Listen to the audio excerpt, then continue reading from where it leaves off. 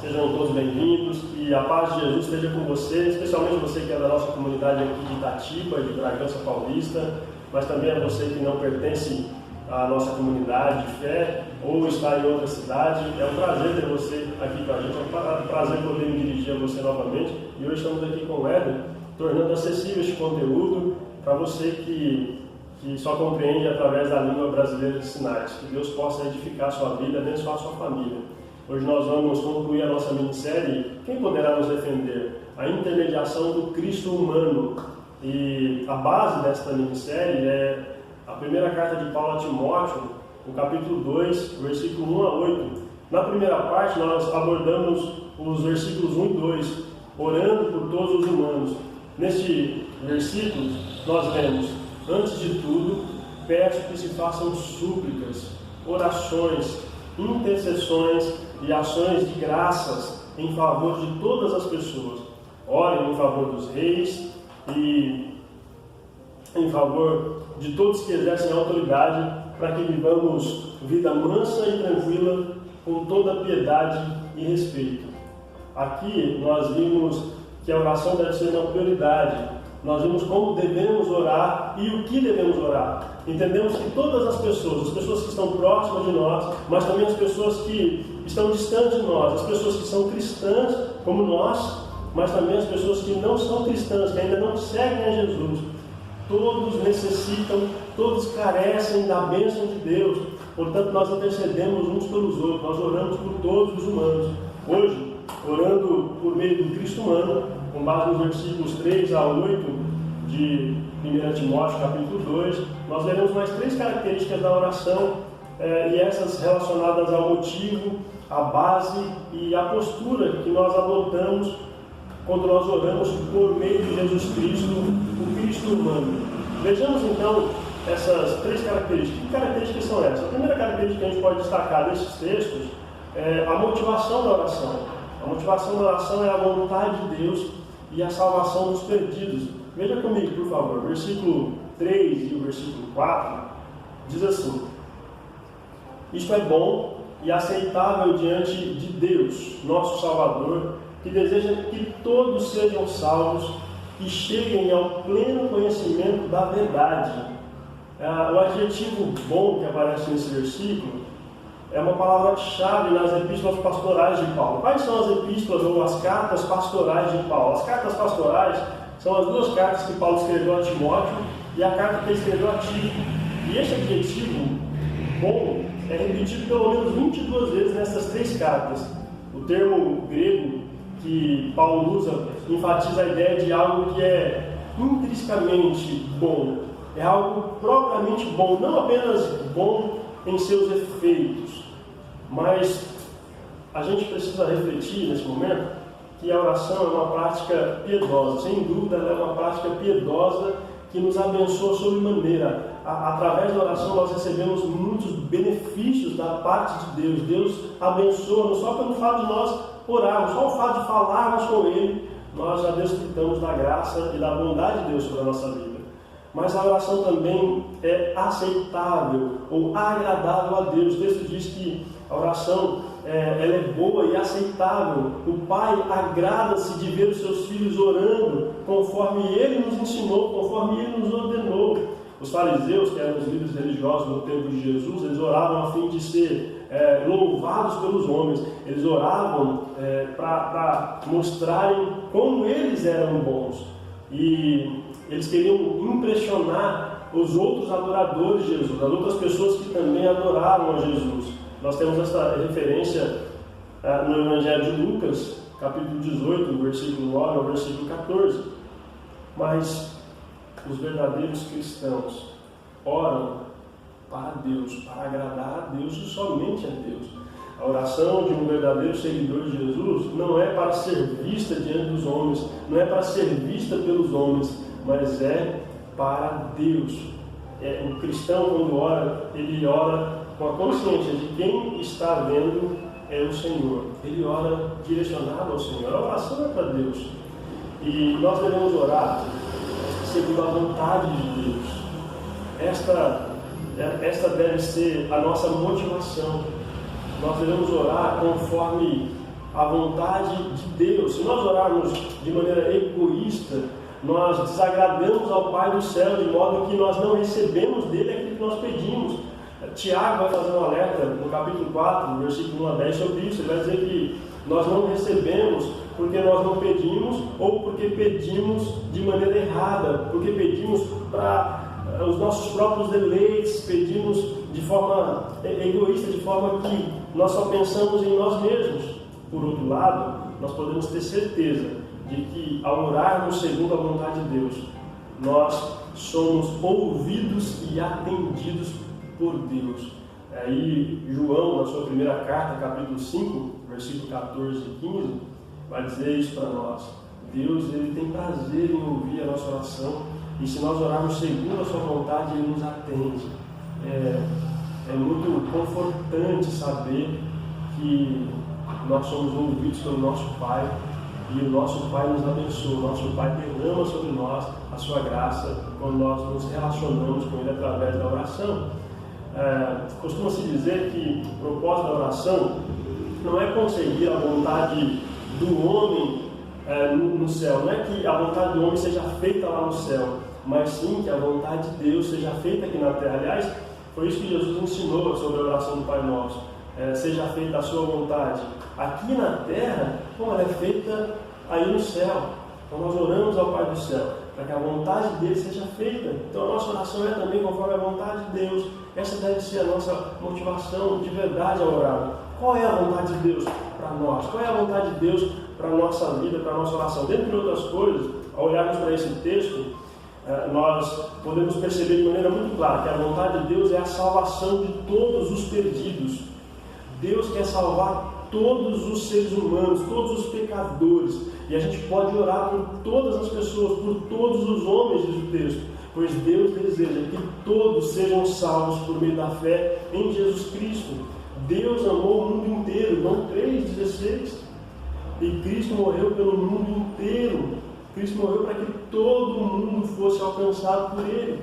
Jesus morre na cruz para atrair todas as pessoas para si mesmo. É isso que o Evangelho de João, capítulo 12, e versículo 32, vai nos ensinar. É claro que não são todas as pessoas, sem exceção, que serão salvas, pois nem todos recebem a Cristo em seu coração, nem todos recebem a Cristo em sua vida ou em sua casa, nem todos creem em Jesus. Quem não crer em Jesus não será salvo. A Bíblia diz que quem não crer em Jesus já está condenado. Jesus veio para salvar as pessoas que estão condenadas, as pessoas que estão distantes dele, as pessoas que estão afastadas da sua graça.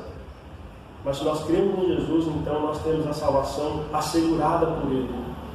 Alguns rejeitam Jesus, porém, de forma veemente, todas as pessoas, nesse texto, quando a gente olha para o texto de Paulo, sem distinção, a ideia de Paulo é que pode ser qualquer pessoa, Jesus não faz distinção, pode ser judeus, pode ser gentios, aqueles que não são judeus, podem ser ricos, pobres, religiosos ou não, todos podem receber a salvação pela graça de Deus, tão somente se crerem em Jesus, tão somente se receberem Jesus em sua vida, em sua família. Qualquer pessoa que se render a Jesus Cristo é salva por Deus, isso quem garante é a sua palavra. Deus é longânimo com os pecadores, a ponto de adiar. O apóstolo Pedro vai dizer que Deus ele adia a sua salvação para que as pessoas não se percam, para que as pessoas elas possam receber a graça de Deus e a salvação por meio de Jesus Cristo. Deus ele está aguardando as pessoas se renderem a Ele. É por isso que o texto diz que ele não se atrasa na sua promessa, mas ele está esperando para que mais pessoas possam se render a Jesus. É a segunda carta de Pedro, capítulo 3, e versículo 9. Mas a salvação, ela depende do pleno conhecimento da verdade. Para uma pessoa ser salva, ela precisa conhecer a verdade sobre Jesus. É o que diz o versículo 4 aqui do texto que nós estamos lendo. A oração é uma parte importante do plano de Deus para alcançar o mundo perdido. Nós temos a responsabilidade de orar por meio do Cristo humano pelas vidas perdidas. Paulo orava dessa maneira, Romanos 10 e versículo 1. E nós temos a responsabilidade de também nos colocarmos à disposição para compartilhar o Evangelho, a boa notícia. Evangelho significa boa notícia, a boa notícia sobre essa salvação com as pessoas que estão perdidas neste mundo. Então, a primeira característica da oração que a gente destaca hoje é a nossa motivação. A nossa motivação deve ser a vontade de Deus. Qual é a vontade de Deus? É a salvação das pessoas, a salvação dos perdidos. A segunda característica que a gente pode destacar desse texto está no versículo 5 e versículo 7. É a base da oração. Qual é a base da oração? A base da nossa oração é a pessoa do próprio Jesus, a pessoa e a obra de Jesus Cristo como Salvador e Mediador, a sua obra na cruz do Calvário. Vejam o que o texto diz para nós. Porque há um só Deus e um só mediador entre Deus e a humanidade, Cristo Jesus, homem, que deu a si mesmo em resgate por todos, testemunho que se deve dar em tempos oportunos. Para isso fui designado pregador e apóstolo, afirmo a verdade, não minto, mestre dos gentios, na fé e na verdade. Veja o que Paulo está dizendo para nós nesta oportunidade.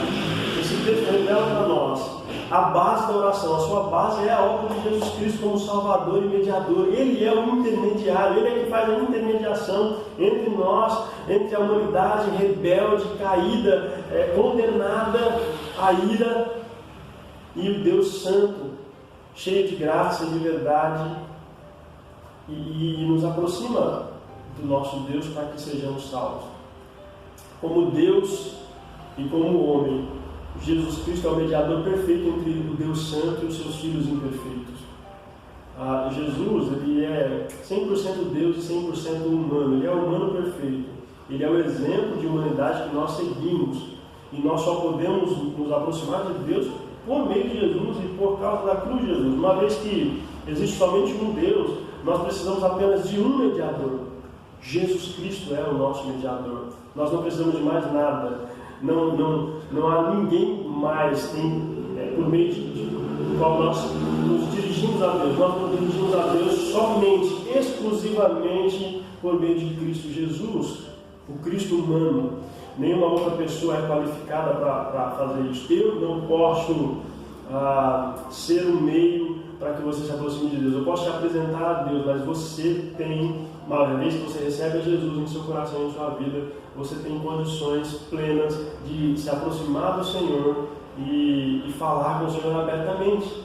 A minha oração não é diferente da oração de nenhuma pessoa que se rendeu a Jesus Cristo. Todos nós temos acesso livre por meio de Jesus, por meio da graça. Nenhuma outra pessoa pode fazer isso por você. Só Jesus Cristo. Jesus Cristo pode ser, como homem, como Deus, o árbitro entre Deus e a humanidade, por meio da sua vida perfeita e da sua morte, que foi a morte substitutiva, que nos substituiu naquela cruz. Jesus, ele cumpre todas as exigências justas da santa lei de Deus. Ele é o resgate por todos. O que significa dizer que ele é o resgate? O que é o resgate? Essa palavra resgate, esse termo significa o preço pago para libertar um escravo. Nós éramos escravos, condenados à morte, escravos de nós mesmos, escravos das nossas paixões, escravos dos nossos pecados, mas Jesus Cristo morreu para nos libertar do domínio, do poder, da escravidão, do pecado. E ele morreu por todos. Apesar de a morte de Cristo ser eficaz apenas para os que creem nele, ela é suficiente para os pecadores do mundo inteiro. Qualquer pessoa deste mundo que se render a Jesus Cristo e crer nele, recebe a salvação. Jesus Cristo disse que ele veio para dar a sua vida em resgate por muitos, em Mateus 20, 28. Cristo morreu por todos os homens e Deus deseja que todos os homens sejam salvos. Toda a humanidade. Esta é a boa notícia do Reino de Deus. Mas de que maneira essa boa notícia, essa boa nova pode chegar ao mundo ou ao pecador que está perdido? Deus chama e Deus ordena e Deus levanta mensageiros para levar essa mensagem, para levar este evangelho aos pecadores perdidos. Paulo era um desses mensageiros. Deus diz para nós, ele era pregador. a ideia de ser um pregador é um arauto do rei, aquele que fala em nome do rei. Paulo falava em nome do rei Jesus. Paulo era um apóstolo. O que significa ser apóstolo? O apóstolo é aquele que é enviado com uma comissão especial. Ele tinha uma comissão, ele era comissionado, e a sua missão era anunciar a salvação por meio de Jesus. Ele era mestre, ele era capacitado para fazer isso com excelência. O mesmo Deus que determina o fim, a salvação dos perdidos, também determina os meios para alcançar esse fim. A oração e a pregação da palavra. E essa boa notícia não é apenas para judeus, como muitos pensavam, é para todos. Se você reparar, a expressão todos se repete diversas vezes nesse trecho que nós estamos estudando, do versículo 1 ao versículo 8, do capítulo 2 aqui de 1 Timóteo, nós temos a expressão todos se repetindo diversas vezes. Por quê? Por que será que Deus quer falar com a gente? É porque o interesse de Deus é universal. Se a base para a oração é a obra sacrificial de Jesus Cristo na cruz, a oração é uma atividade extremamente importante no meio do povo de Deus e no meio da nossa família. Deixar de orar é o mesmo que desprezar a cruz de Jesus. Orar apenas por si mesmo é negar o alcance universal da cruz de Jesus. Ignorar as almas, as vidas perdidas, é ignorar a própria cruz de Jesus.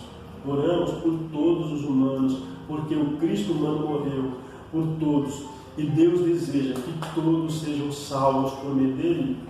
Por isso, nós devemos entregar a Deus a nossa vida e as pessoas para que possamos ser parte desse plano que engloba o mundo todo. Presente as pessoas por meio de Jesus Cristo. A Deus pode alcançar os perdidos antes que seja tarde demais, através da sua oração, através da sua pregação. Por isso oremos em nome de Jesus, como João 14 sugere para nós. Jesus diz que tudo que nós pedimos por meio dele, o Pai concederá. Quando a gente diz em nome de Jesus em nossa oração, essa expressão não é como se fosse uma palavra mágica que vai abrir os céus para nós, mas quando nós dizemos em nome de Jesus, quando nós oramos, a ideia dessa expressão é por causa de Jesus, ou por causa da cruz de Jesus, por causa daquilo que Jesus fez por nós, é por causa da obra de Jesus. Essa é a base da nossa oração. Nós oramos em nome de Jesus. A expressão em nome de Jesus tem essa ideia de que nós estamos aqui exclusivamente por meio dele. Somente por meio dele nós podemos ser salvos. E somente por meio dele nós podemos nos aproximar de Deus em oração. É o que Paulo vai chamar de Ministério da Reconciliação. Ministério da Reconciliação em 2 Coríntios, capítulo 5, versículo 18 a 21. Amém? Que Deus possa fazer você entender isso. Você não precisa de nada e de ninguém para se aproximar dele. Você só precisa de Cristo na sua vida. Só precisa de Jesus. Jesus é suficiente para você. Ele é o Salvador da sua vida. Ele é o Salvador da humanidade. Para a gente terminar, a última característica que a gente destaca nesse texto é a postura da oração. Vou te convidar a ler, por gentileza, o versículo 8 para a gente. O versículo 8, a postura é uma vida santa. E o versículo 8 vai mostrar isso para a gente. Paulo vai dizer assim: quero, pois, que os homens orem em todos os lugares, levantando mãos santas, sem ira e sem animosidade. Paulo está afirmando aqui de uma forma muito clara que ele quer que os homens orem. A ideia dos homens aqui é o homem, o ser masculino, porque é muito comum a gente ver reuniões no meio do povo de Deus de mulheres de oração, mas é muito difícil a gente ver reunião de homens para orar. Normalmente nós homens gostamos de nos reunir para participar de um churrasco, para poder conversar junto uns com os outros, mas raramente a gente faz uma reunião de homens para orar. Mas Deus quer que os homens tenham essa iniciativa da oração. Aliás, dentro da família, dentro do lar, o homem tem esse papel de líder, de conduzir a família em oração diante de Deus, em adoração diante do Senhor. Na igreja primitiva, tanto os homens quanto as mulheres oravam. 1 Coríntios 11, 4 e 5, a gente vai ver isso de forma muito clara. Mas a ênfase aqui é sobre nós homens, é importante a gente desenvolver esse hábito da oração coletiva também, orarmos juntos, mas não só coletivamente, mas pessoalmente. Se os homens não oram, a gente perde muito, porque os nossos filhos vão olhar para o nosso exemplo como homens, e a nossa família vai olhar para o nosso exemplo como o líder, o provedor dentro de casa, e a gente precisa ser também um instrumento de Deus para buscar a graça de Deus através da oração. Era costume dos homens judeus na época orarem com os braços estendidos e com as mãos abertas, voltadas para o céu. Os homens oravam assim. A postura tradicional de curvar a cabeça e de unir as mãos e de fechar os olhos, ela não é encontrada, ela nem é ordenada na Escritura. Então não há necessidade da gente, toda vez que orar, fechar as mãos, curvar a cabeça. O costume judeu, por exemplo, era levantar as mãos e abrir as mãos direcionadas ao céu. Mas, na verdade, é possível a gente observar várias posturas diferentes da oração ao longo da Bíblia. A gente vai dar uma passeada pelo Antigo Testamento, a gente vai ver as pessoas orando em pé, com as mãos estendidas, orando ajoelhado, orando assentado, orando com a cabeça curvada, com os olhos voltados para o céu, prostrado com o rosto em terra. E mais importante do que a postura do nosso corpo é a postura da nossa vida. É como está a atitude do nosso coração. O que Deus quer não é uma postura de santidade, uma postura que aparenta uma vida espiritual, mas Deus quer de fato um coração sincero. Paulo fala de 3 elementos essenciais à oração eficaz nesse versículo. O primeiro é mãos santas. O que é mãos santas? Aqui Paulo está fazendo uma referência a uma vida de santidade. A mão tem a ver com aquilo que nós praticamos, aquilo que nós fazemos, os negócios, os acordos que a gente faz. Como é que são os negócios que você tem feito? Os acordos que você tem feito? São acordos honrosos? São acordos puros, acordos santos? Você pode dizer que as suas mãos são santas e puras? A Bíblia diz que só subirá diante do Senhor aquele que tem a sua mão limpa e o seu coração puro. Salmo 24 revela isso para nós. Como é que está a sua mão? Suas mãos estão limpas ou estão manchadas? Como é que está a sua vida? Tem uma vida de santidade. Paulo ele está destacando isso para a gente. As mãos limpas é um símbolo de uma vida irrepreensível. Nós devemos ter uma vida como seguidores de Jesus, de modo que ninguém precise chamar a nossa atenção para nos corrigir. Quem tem pecado de forma habitual na sua vida não pode orar esperando que Deus o responda. Nós não podemos orar a Deus tendo uma vida na prática do pecado, a não ser para suplicar pela misericórdia, para confessar esse pecado, senão Deus não vai nos ouvir. Em segundo lugar, é essencial que a oração seja feita sem ira, diz o texto. Ou seja, a gente precisa ter os nossos relacionamentos em ordem. A gente não pode alimentar ira das pessoas. A melhor tradução dessa palavra é orar sem raiva. A gente não pode alimentar raiva dentro de nós. Quem sempre tem problemas com outras pessoas, e que em vez de ser um pacificador é um agitador, também não pode fazer uma oração esperando que Deus o responda. Deus não responde a oração de gente encrenqueira, de gente que só causa e cria problema para os outros. Deus responde a oração daqueles que são pacificadores. Aliás, a Bíblia diz que são bem-aventurados os pacificadores, porque serão chamados filhos de Deus. Jesus diz isso lá no Sermão do Monte. E por fim, o texto diz que a gente deve orar sem animosidade.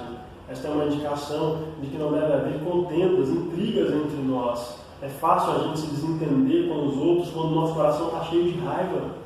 Os cristãos, eles devem aprender, nós precisamos aprender a discordar uns dos outros, sim, não há problema nisso, mas sem sermos desagradáveis, sem sermos desrespeitosos. Nós devemos fazer tudo sem murmuração e sem contendas. É isso que Paulo vai dizer aos Filipenses, no capítulo 2, versículo 14. Tenha uma vida santa, tenha uma vida com relacionamento santo, tenha uma vida que agrade a Deus ao orar e buscar a Deus por você ou pelas pessoas que estão próximas a você, ou por qualquer que seja o seu motivo. Para a gente refletir e praticar, para a oração ser eficaz, a nossa oração deve ser segundo a vontade de Deus.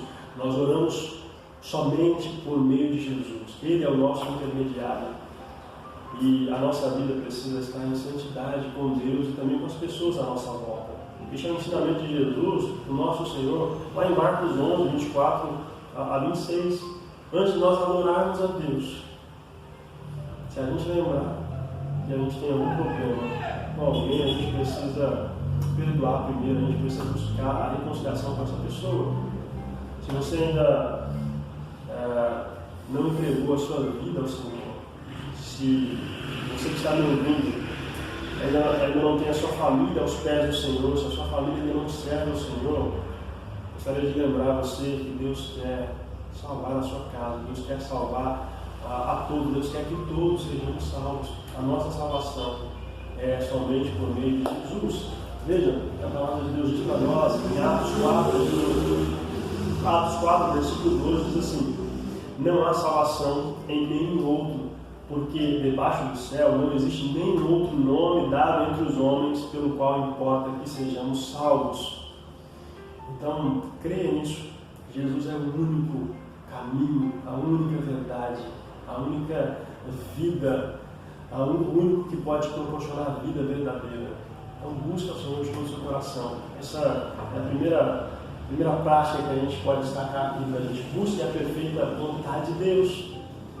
Busque a vontade de Deus através da oração. Deus revela a sua vontade para você, Deus revela a sua vontade para nós. Mas confie somente em Cristo ao aproximar-se de Deus. Não há outra maneira, não há outra pessoa. Jesus é o único intermediário. E por fim, procure viver uma vida em santidade por meio da oração. A oração ajuda a gente a buscar a santidade de Deus, porque através da oração nós podemos confessar os nossos pecados, podemos buscar o poder de Deus para lidarmos com as tentações da vida, para nós não nos distanciarmos de Deus, porque o pecado separa a gente de Deus. Se a gente passar mais tempo preparando a nossa vida através da oração e colocando o nosso coração em ordem diante de Deus, as nossas orações elas serão mais eficazes. A Bíblia diz que a oração de um justo ela é poderosa e eficaz. Quem é um justo que tem a oração poderosa e eficaz? São aqueles que foram justificados por Deus, ou seja, aqueles que foram declarados inocentes por meio do sacrifício de Jesus Cristo, por meio da morte de Jesus na cruz. Então que Deus possa nos abençoar e que Deus possa nos usar para que a gente olhe por meio do Cristo humano, sempre dependendo dele. Ele é o único mediador entre nós e nosso Deus. Que Deus te abençoe em nome de Jesus. Amém. Que Deus abençoe a sua família. E por falar em família, o mês de maio é considerado o mês da família. E a gente quer aproveitar essa hashtag Fique em Casa, que nós estamos tendo nessa campanha nacional, para desafiar você a aproveitar o melhor de Deus na sua casa, na sua família.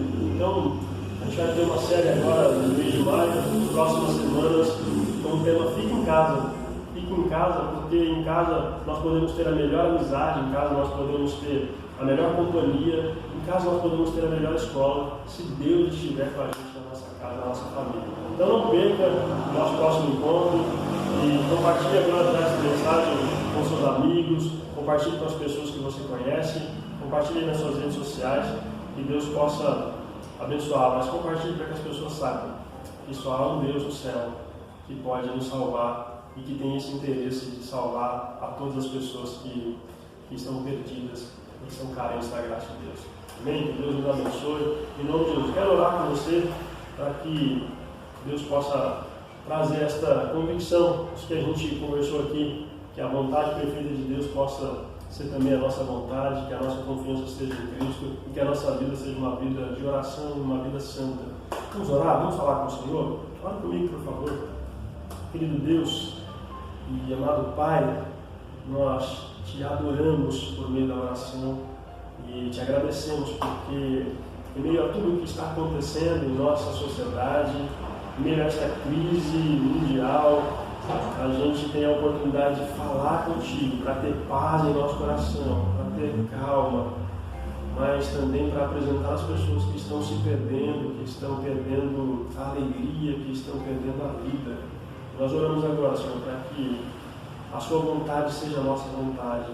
Nós oramos agora, eu oro, Senhor, em favor de cada pessoa que está nos ouvindo neste momento, para que a vontade de Deus possa ser sobre a sua vida e que nós tenhamos condição de buscar a Ti somente por meio de Jesus. Entendamos isso e busquemos ter uma vida de oração e uma vida de santidade, com relacionamentos que agradam a Ti, em nome de Jesus.